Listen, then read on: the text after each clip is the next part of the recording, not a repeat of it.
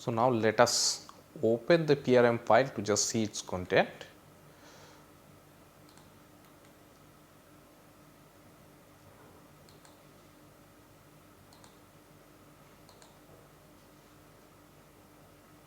So, first it says number of atoms and their corresponding coordinates. It gives the which is bonded to what with the spin constant values, angles, dihedrals and everything. Also it contains the point charge as well as its Lennard-Jones potentials also. Okay, so let us start now the calculation. So, the first one is actually for the point charges. How I know that? This is because of the water. See, the 2H is 0.417 and oxygen is minus 83.401. So, now let us run our first calculation. So, let us make the input file. Let me copy it.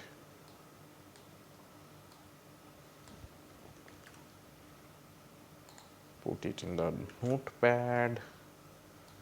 Sometimes there is a non-ASCII character, so you need to be little careful.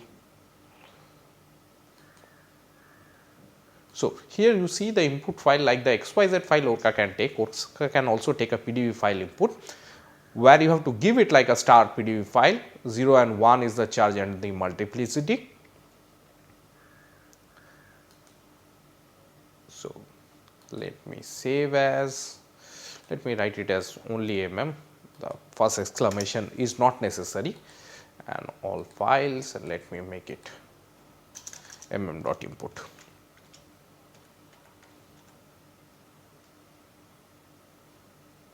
Of course, I have to save it in a proper place.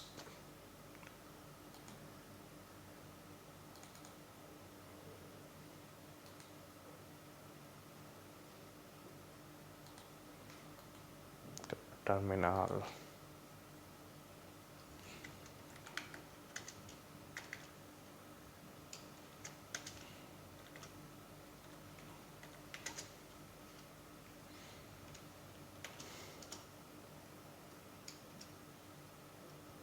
So, the calculation has been done. Let me open the output file and see it very carefully.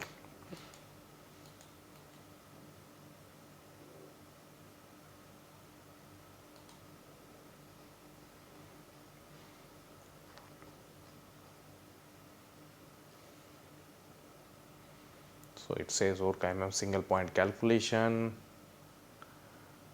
and it gives the value how much is the scaling factors used, Coulomb cutoff, and this one. So, the energy contribution. So, this is the contribution from the bond, this is from the angle, this is the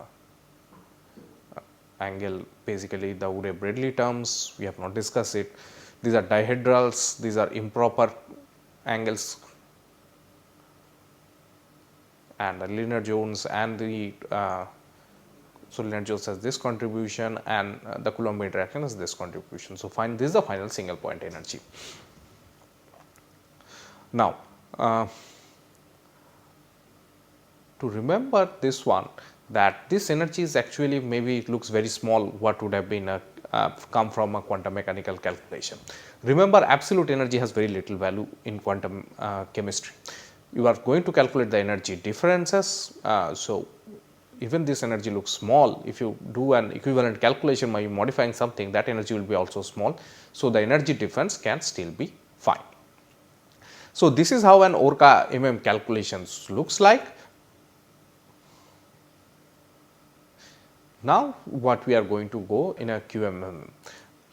So, QMMM is something which gave Nobel Prize and got a Nobel Prize in 2013. These three people, Martin Karplus, Mikhail Levitt and Aria Warshel, and they got the Nobel Prize for in chemistry for the development of multi-scale model for complex chemical system. Martin Karplus just passed away very recently. So, now this is something strange to get a theoretician get a Nobel Prize in chemistry. Theoreticians getting Nobel Prize in theoretical chemist, at least getting Nobel Prize is not so common. On the other hand, physics is full of people getting a Nobel Prize by doing theory. Don't forget Schrodinger, Heisenberg and Dirac, all three of them got Nobel Prize. So, the only other instant where a quant or a chemist got a theoretical chemist got a Nobel Prize, there may be a more than two. The one I remember is from 1998, where John Pople and Walter Kohn got Nobel Prize. John Pople for his Gaussian software package and Walter Kohn for the DFT got a Nobel Prize. So, in the recent time, this is recent history, this is only the second time where theoreticians got Nobel Prize in chemistry. Now, what happens in a hybrid quantum mechanical or molecular mechanics model is that for most biochemical systems such as enzymes are too large to describe at any level of ab initio theory. It does not matter what kind of computers you have. At the same time, the available molecular mechanic force fields are not sufficiently flexible to model processes in which chemical bonds or broken are formed. So, to overcome the limitation of a full quantum mechanical description on one hand and the full molecular mechanical treatment on the other hand, methods have been developed that treats a small part of the system at the level of quantum chemistry while retaining the computationally cheaper force field for larger part.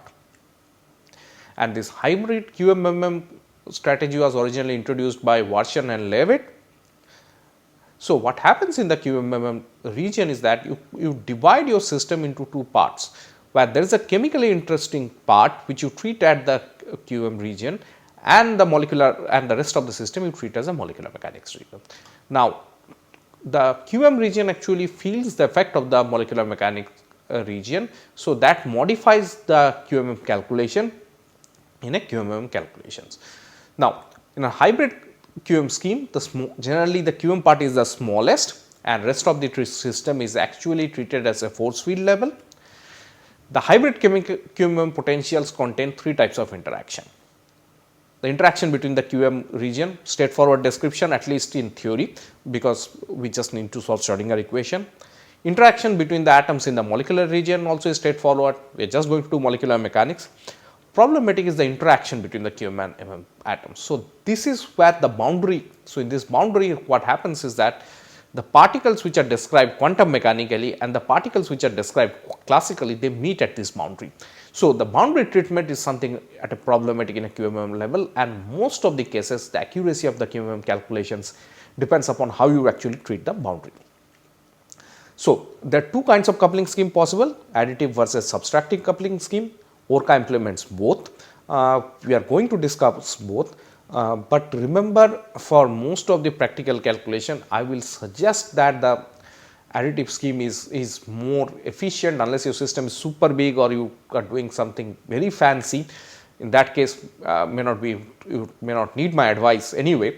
Why the subtractive coupling scheme is more easier to use is that what happens in subtractive coupling scheme is you can actually partition the entire system into QM and MM region, and then you write the energy at the full QMMM, where you do the MM on the entire system plus you add the QM on the small system and subtract the MM in the from the small system. So, that gives you the total potential or the total energy, where each of them is actually the energy of the total system, the VQM is the QM energy of the isolated QM subsystem.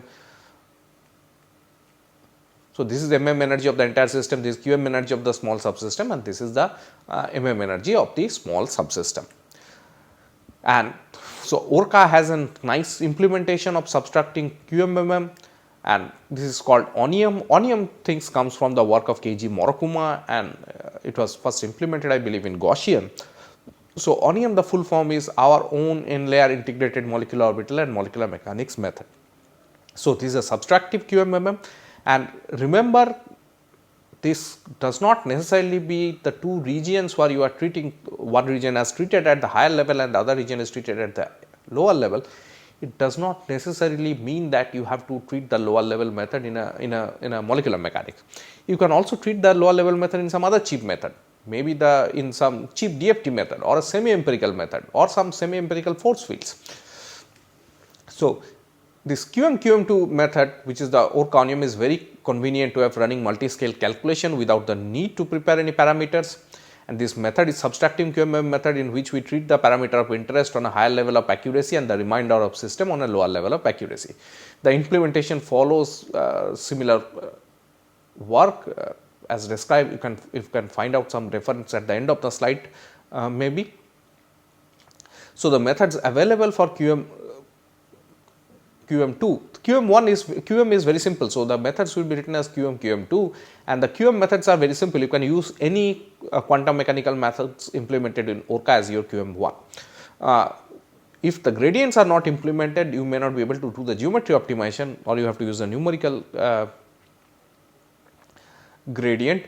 The methods, but in principle everything can be used for QM1. The methods available for QM2 is the semi empirical method AM1, PM3 and tight binding DFT, XTB0, XTB1, XTB or XTB2. Also, you can use the GFN force fields, composite method like HF3 minus C, PB minus 3 R2 scan. Use a defined QM methods. You can actually define any of the QM methods, and you can look into the manual for more details how to describe the QM methods. Now, the ORCA ONIUM input file for the test system will take this peptide pair from the S66 benchmark set, which is generally a benchmark set for non-covalent interactions.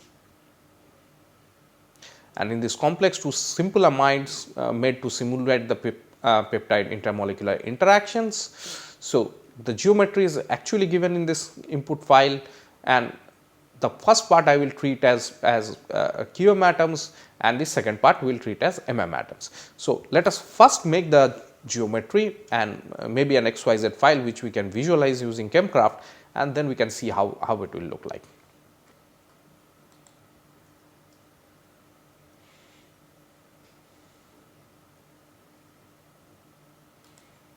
So, let us copy it.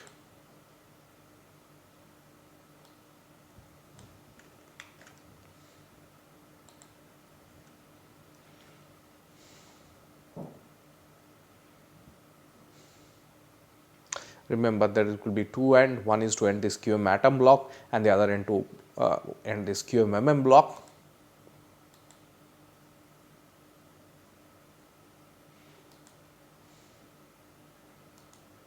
So, let me make a new folder called ONIUM.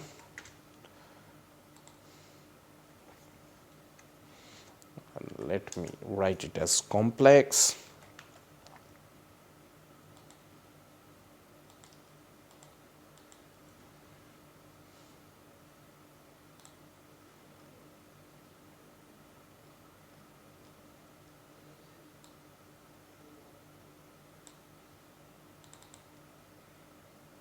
.inp.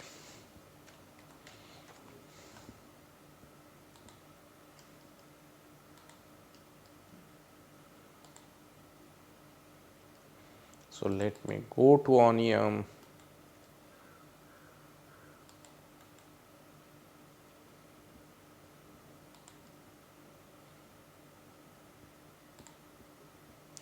So, now I have opened it with ChemCraft.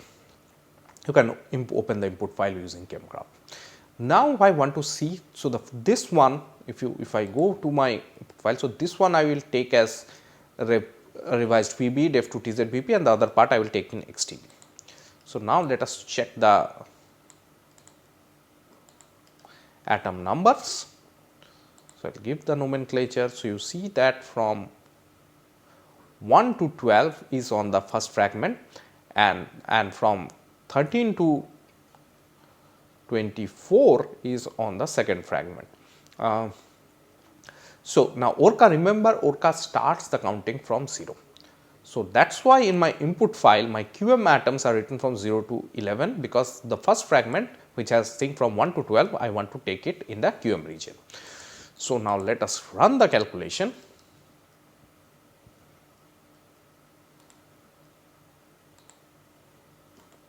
Although I am using the MOBA-XTerm, you can do everything in the terminal also without any problem. So, let me increase the view a little bit.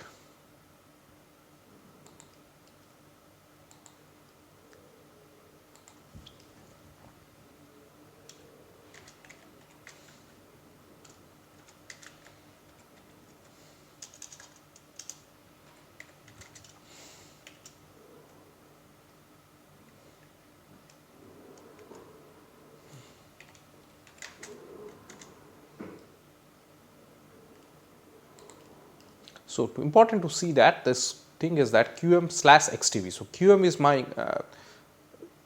is what my method will be treated. Here the method is revised PBE, and the XTB is QM2, which is the second layer. And I believe my calculation is done.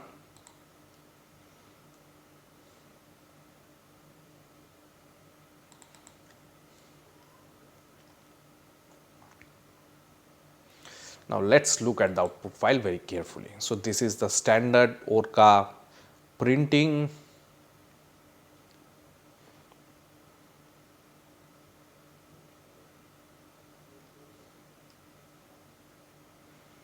So, it says it is a 2-layer onium and the coupling scheme is subtractive.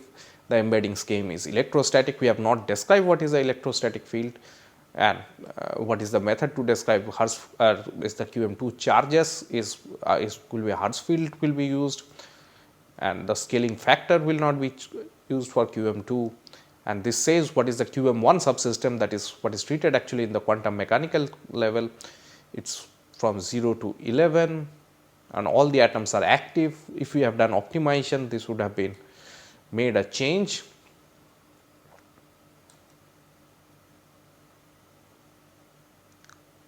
So, now it will the calculations will touch. So, first it will do the full calculation on XTB. So, in the large is 36.9, then it will do the small single point energy for the small system, that is my QM1, that for that it is going to do the XTB, that is 16.92. And now this is the actual QM calculation, which will be revised PBE.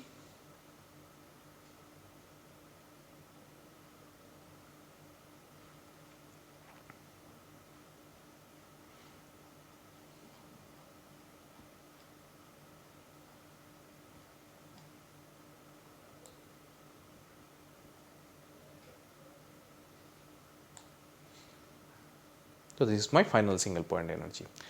Remember, this final single point energy is not the energy of the QMM calculation. The final single point energy is QM2. So, this minus the small XTB energy and then added with the large XTB energy is the final QMM calculation. So, this is the energy I should look forward to in my calculations.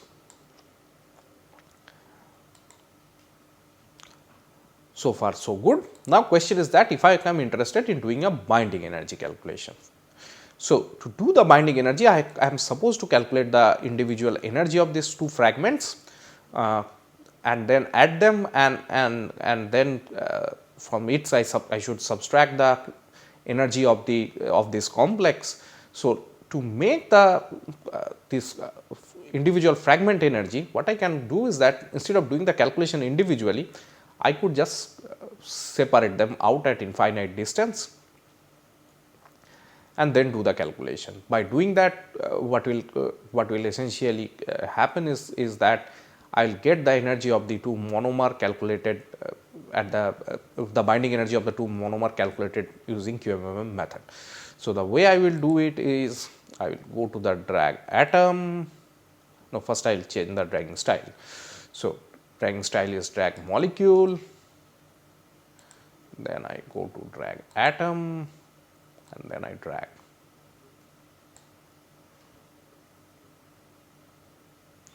I think my dragging is done.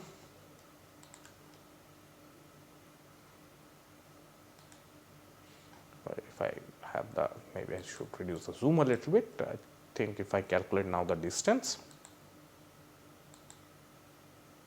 is 7.27, maybe I should make it 10. Okay, so I again dragging type is drag molecule, I drag atom.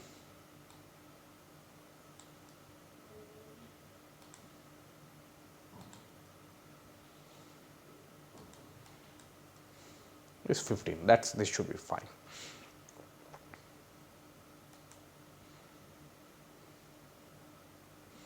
So, my safe structure is Let me save the structure as simple XYZ format.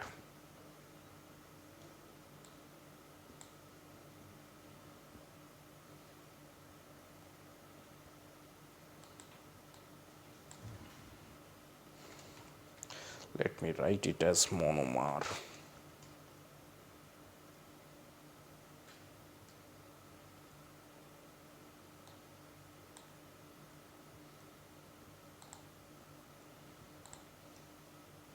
So I already have the complex input file. You can just copy it, go to the monomer XYZ file,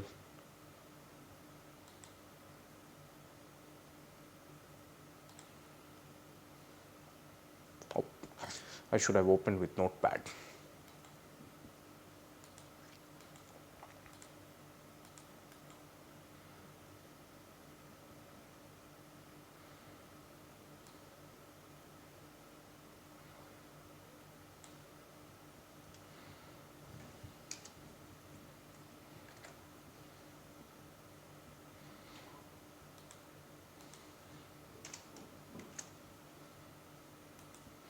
Let me save as monomer.inp.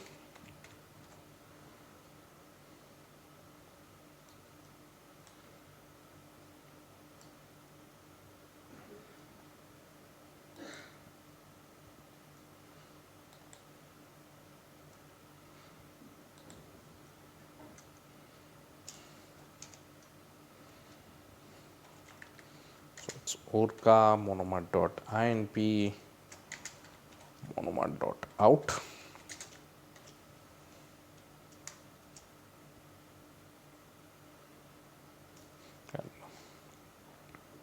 By the time my calculation is done, let me prepare an Excel file. So doing this kind of calculation, as you have seen, it's more easier to do it in Excel. So let me make a new one.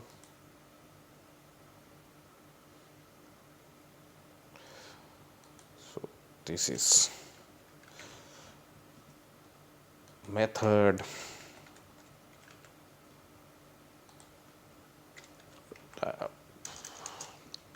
dimer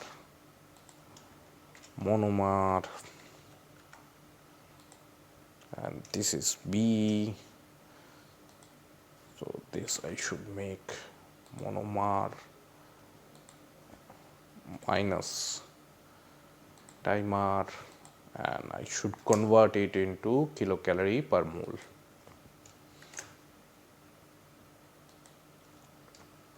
$627.51. Okay, for the, I think my monomer calculation is done.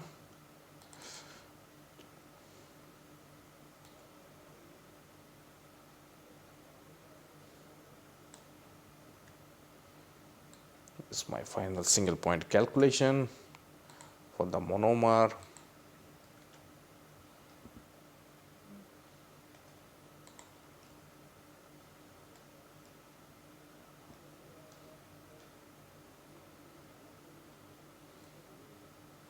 And for the complex,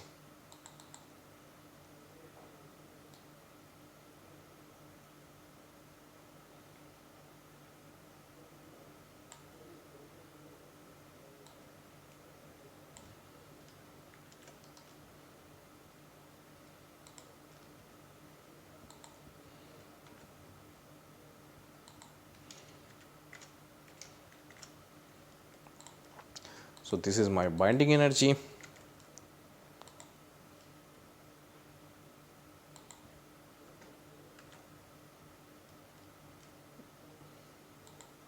Okay, I should have pasted it.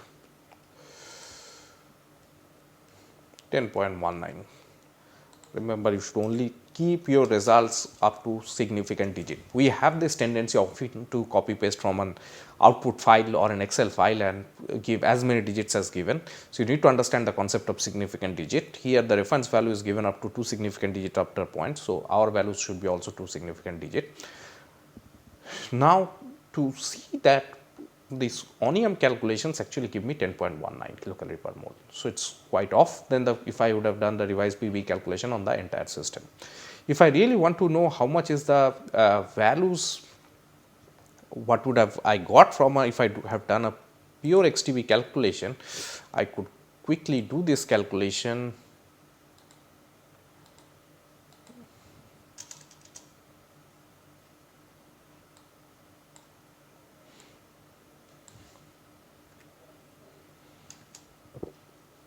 I just need to remove the QMMM specific keywords.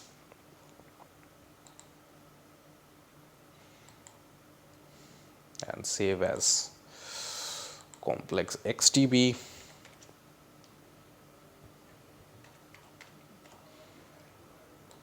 .inp. Similarly, I have to save the monomers also.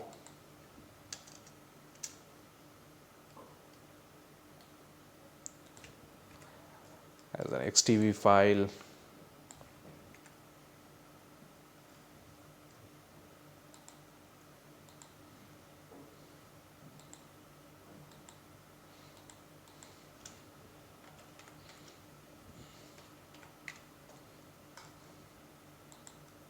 Generally, XTB calculations are super fast.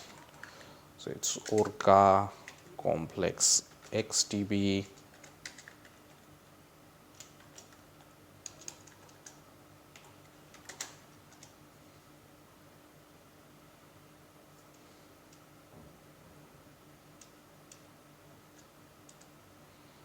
This is now I have to do the monomer XTB.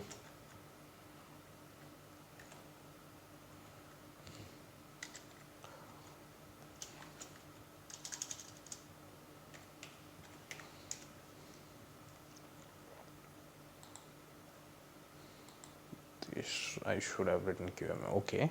Now, let us see the XTB values. So, the complex XTB, there is no QMM. So, I can just take the final energy.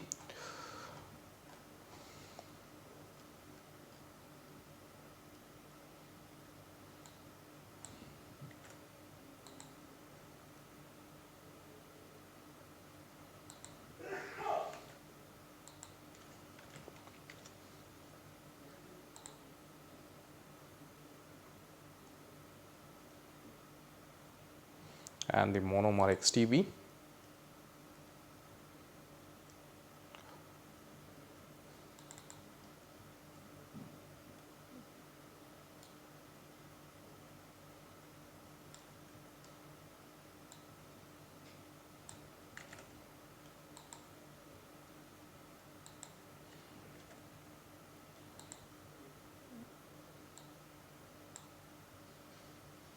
So, the XTB value is 7.982.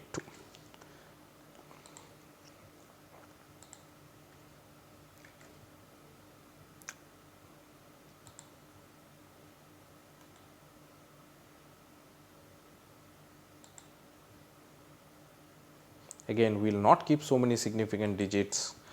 So, it is 9.93. Actually, if you compare to the reference, this value actually looks slightly better than what you can get from the ONIUM.